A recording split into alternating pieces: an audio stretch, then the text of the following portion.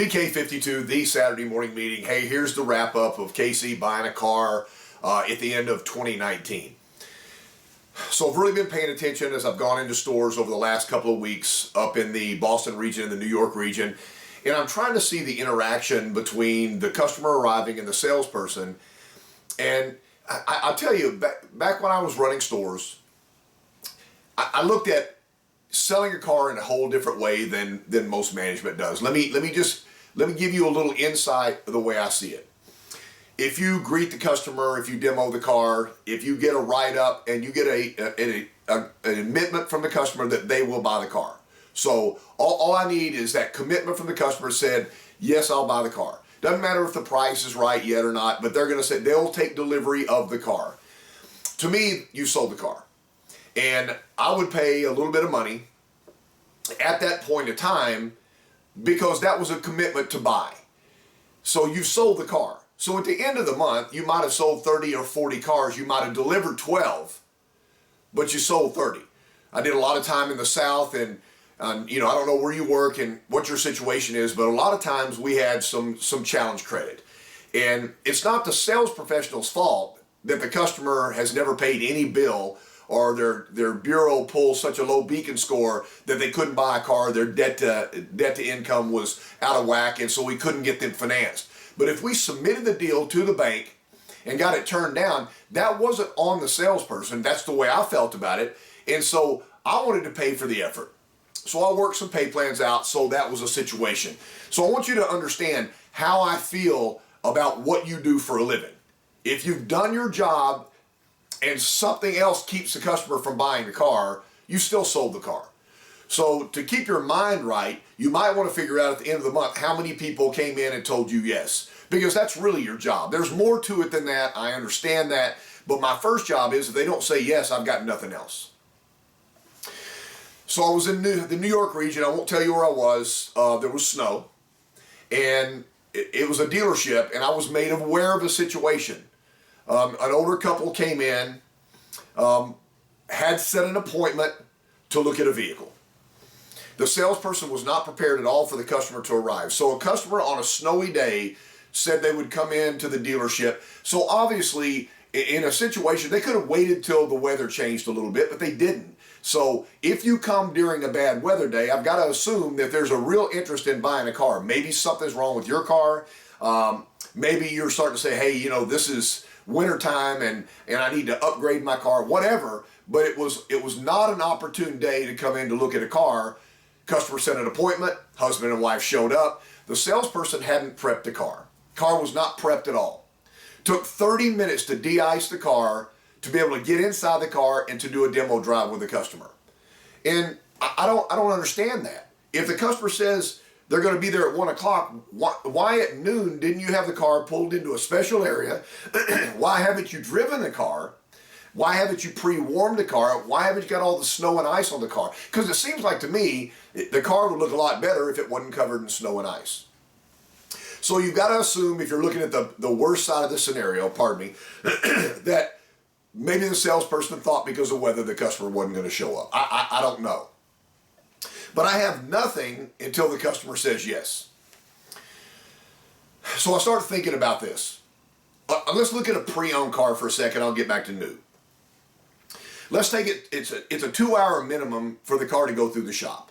It goes through the shop. It doesn't matter if it's a Toyota, if it's a certified Toyota, or if it's a domestic or any other car in a used car lot. Every single car that we sell goes through our service department, and we check every car. That means an RO was open and an RO was closed. That means there was time invested and money spent on the car in the service department. A technician has touched the car and signed off on the car. After that point in time, it goes to detail. Depending on where you are in the country, depending on the amount of effort it takes to make a car look presentable enough again, as new as possible, so the customer says, man, that car was well taken care of. That's the whole part of recon detail. So let's say it takes, by the time they wash the car and vacuum the inside, the car dries out and everything, multiple hours to make the car look presentable again. So let's call it 3 hours in service. Let's call it 3+ hours in recon. And then we put some stickers and tags on there, 2018 car, certified car, priced right, whatever. Well, however you badged your pre-owned cars up to make them look more presentable, because if you write stuff on the car, it seems to make the car look a little bit more presentable. So let's say it takes a half an hour to do that. So we're somewhere between 6 to 10 hours in prep on a pre-owned car just to put it out there for sale. I'm going somewhere with this, I promise you. And then as a salesperson, you get a lead from the BDC, and the customer's going to come in at 1 o'clock on a Friday afternoon.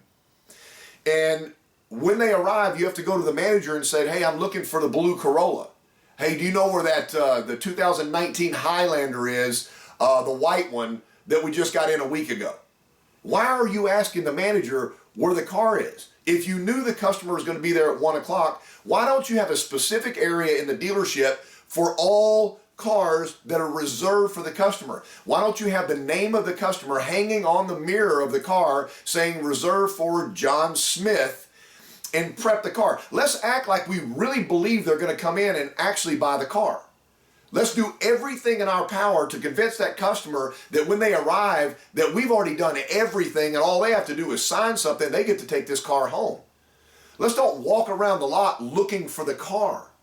I've seen that so many times. Now that I've kind of put it on my radar, and forgive me for not having it on my radar for the last 2 years, but now that I put it back on my radar because it was pointed out to me, now I'm watching at the dealership when these people arrive, and I watch them zigzag through the inventory to find the car that the customer has already given you information that they're very interested in coming to look at. To be honest with you, they've already, on a used car, they've already seen the price. They've already seen multiple pictures of the car, and in those pictures it wasn't covered in snow.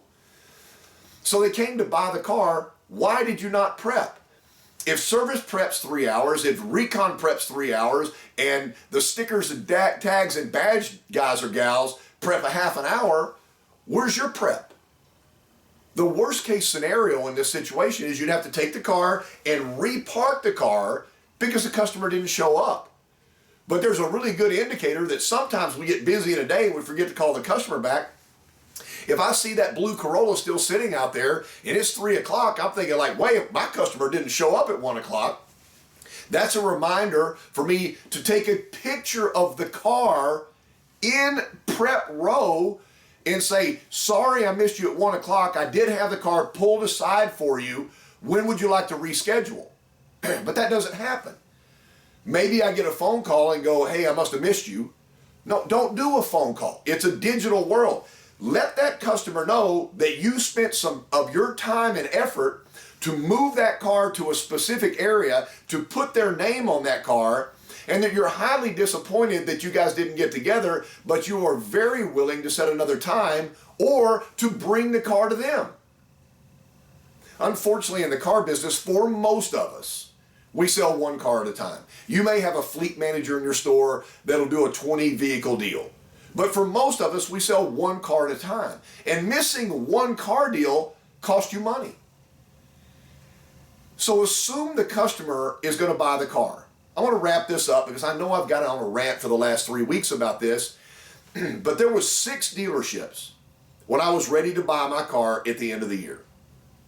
All 6 dealerships had a vehicle I was interested in. I'd done all my research. I looked at the color. I looked at the pictures. I looked at the Carfax. And each and every one of the dealerships, believe it or not, the vehicle was priced almost identical. We are so good now at pricing vehicles on the internet that all the prices were basically the same, within $2,000 of each other, depending on the mileage of the FJ I was looking at. In no way, shape, or form did I think any of the prices were too high. They weren't too high. They were all the same. Market board. Even Cars Gurus told me, hey, these were a good deal. So even the outside vendor was telling me these cars have been really, really discounted to be able to move them through the internet. So I didn't want to negotiate price on the car. I really didn't. All I wanted to do was get a salesperson to walk out to the car and to say, hey, one more time, here's the car, here's me. I went ahead and drove the car up the road. I checked the 4-wheel drive system in the car. I made sure everything was good. I opened the hood. I checked all the fluids in the vehicle. I got underneath the vehicle. I looked for any rust or any leaks. I looked at the skid plates. Mr. Nix, this vehicle is fantastic. It is unbelievable. I can't wait for you to be here. I was 0 for 6. Not one single dealer that I reached out to did any salesperson go to that next level and say, I went out and drove the car one more time. Gang, I know what you do for a living. I know you're busy. I know you work a lot of hours, but I know there's a lot of downtime. When you know the customer has seen the price, do some prep work. Be the only person that says, you know what, if I was buying this vehicle, I would want somebody to go out and drive it, make sure everything operated properly. I even rolled all the windows down and up. I checked the air conditioner. I preset some radio stations for you for the local radio stations because the car came in from somewhere else and it didn't have presets on there. Why would you not do that? And I know you think I'm just talking about used cars here, but let me finish up. On a new car, they come in on the transport, so somebody's got to unload the car, then we've got to drive it back to the staging area, that takes time, then we got to run it through the shop, and they do a PDI on the car. So it doesn't matter whether the car is a pre-owned car or a brand new car, there is time spent by associates at the dealership to get that car out on the lot. For any salesperson to wait until the customer gets to the dealership to go out and locate the car and then begin the sales process is not what we should be doing. Everything is going digital. The customer has done their research and it's all digital. Reach out to the customer. If you get a lead, I don't care where you get the lead, sell the most uncommon thing that's sold in the car business. Sell yourself. Here's what I did for you. Let's say the car's a Camry. You're not going to make that car any better. That car was great when it was made. If it's a Corolla, you're not going to make that car any better. It's a RAV4. Maybe you traded for a Ford 350 Super Duty that only has 15,000 miles on it. I don't think that vehicle's as good as a Toyota, but it's still in factory warranty, so the risk for the customer is really small, and you've got that for sale on your used car lot. And they're interested in it. They've reached out to a Toyota store to look at a Super Duty Ford. The missing link in making yourself the best career and the most successful you can is when that customer realizes they finally got a salesperson that'll go the next level and is ready and prepared to deliver the car. If this is too over the top for you, if I'm pushing your buttons too hard, I don't mean to do that. I just mean don't wait for it to happen. Be moving your feet. Be moving your eyes. Always be thinking, if I was buying this car, what would I expect? If I was going to drive 45 minutes to an hour and a half through traffic to come look at a car that I'm not committed to yet other than to look at, what would the salesperson need to do to move me further into my commitment? When you start thinking like that, then the customer will start appreciating you. They've already appreciated the car. The vehicle has already been appreciated because they're coming to the dealership to look at it. They're good enough with the vehicle to take their personal time to come to the dealership to make a yes or no decision. And that's really all we can ask them to do. That is 100% effort by the customer. Time to ramp up our effort. You guys you're right on the edge of the cliff of becoming the greatest salesperson that you've ever known. It's just, are you willing to make that commitment to that customer? PK52, the Saturday morning meeting. Over the next few weeks, we're going to be talking brand new Highlander and new direction for Toyota. Sell them all.